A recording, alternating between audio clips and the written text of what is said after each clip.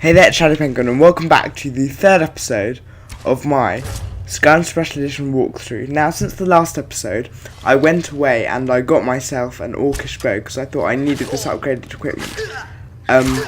It's especially difficult to do with the Venom Fang Skeevers, and if they get the jump on me, it's honestly a little bit of a tussle to see who will come out on top, although in that case it was me. However, as we go through this level, if you weren't here for the last episode, I need to go and poison Sabjorn's supplies as part of the Thieves Guild questline. The Venom Fang Skeevers aren't pushovers. They're really not. If you get the jump on one like this, like with if you start off with a sneak attack with your bow, it's pretty much fine. But anything beyond that becomes really quite difficult. So we're going to make our way through as quickly as I can. They're jumping at my face there, but I say no. I kind of ward them off with my bow, and I think that's that.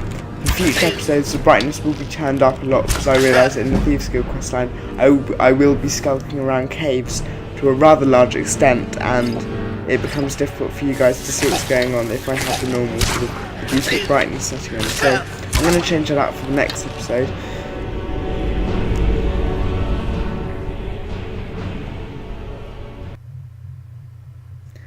Just fast forwarding a bit because you don't really want to see all this kind of traversely bit here. Oh, I actually missed that, that's a shame. But these are frostbite spiders. These are substantially easier to take out, as you can see. I'm just staying here and racking up the sneak attacks on them. So essentially what's going on is the mad mage guy, he was kicked out of the College of Winterhold, the guy who we're about to come across, and his plan is to train a whole army of Skeevers big enough to take over the entirety of Skyrim, overrun basically anyone armed in their path, and take over Skyrim through might of Skeevers and essentially be the Skeever king. So that's such a good build idea. That may seriously actually be my next build but one. Because I've already done, oh, I missed that first shot there, I think. As I've already done the gameplay for my next build, I'm going to upload it tomorrow. But that is the Skeever King. That would be an amazing build. I mean, I'm going to have to check if anyone else has done it, but that would be a great build to do. Command over Skeevers. I'm not sure if that's possible. I wonder if that's possible.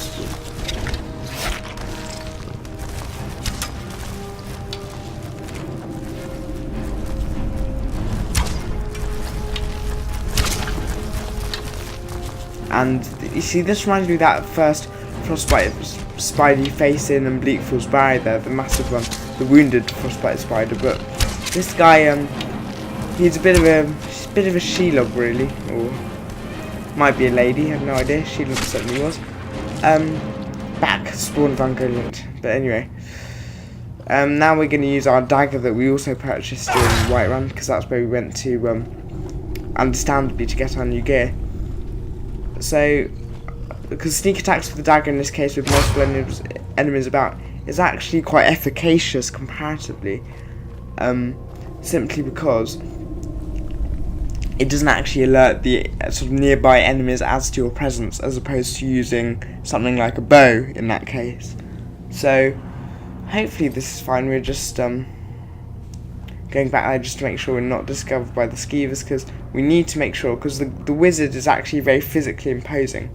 He has a lot of health, so we need to make sure that we remain undetected by him, because in an actual one-on-one fight with both of us knowing each other are there, I'm under no illusion that he would come out on top. So I really need to eliminate this last Skeever with minimal problems, essentially. So what I'm going to do, my two approaches are either to try and go up and get him with the my dagger, but I'm not sure that'll do enough damage. So what I'm going to do is I'm going to use the porcupine approach, and what the porcupine approach is you see the sneak attack barely did any damage, so I'm going to hide back here. He's not going to see me. Then he's going to, because of the deficient AI in Skyrim, he's then going to go back and think that nothing's happened. And I'm actually going to just repeat that loop. It's a very common tactic among sort of, Skyrim assassin players. to overcome enemies who are far stronger than yourself.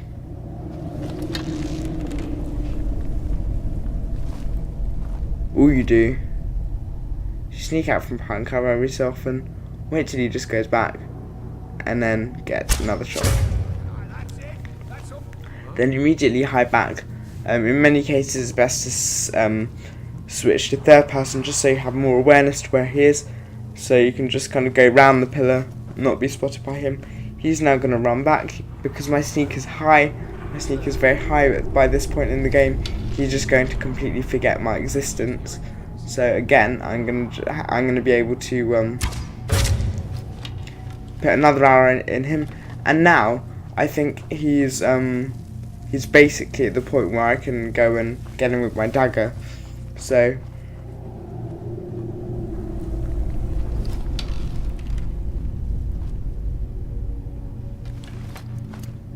which is what I'm going to do here. Hello?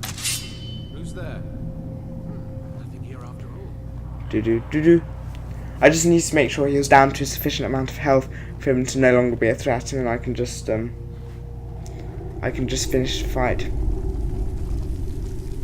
And there we go. So now that's dealt with, I'm now gonna fast forward a little bit.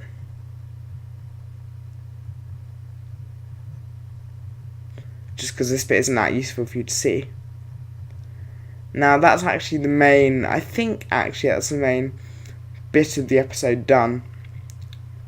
I'm trying to think if there's actually any confrontation after this point, or if this is just me fast forwarding, because I think he was quite possibly the last enemy I actually had to fight before I poisoned the web there to stop the Skeever infestation that Malborn created. Was it no, not Malborn, I mean the other sort of the sickly looking Breton chap. Now I poisoned that as well, so to ensure that Sabion gets arrested.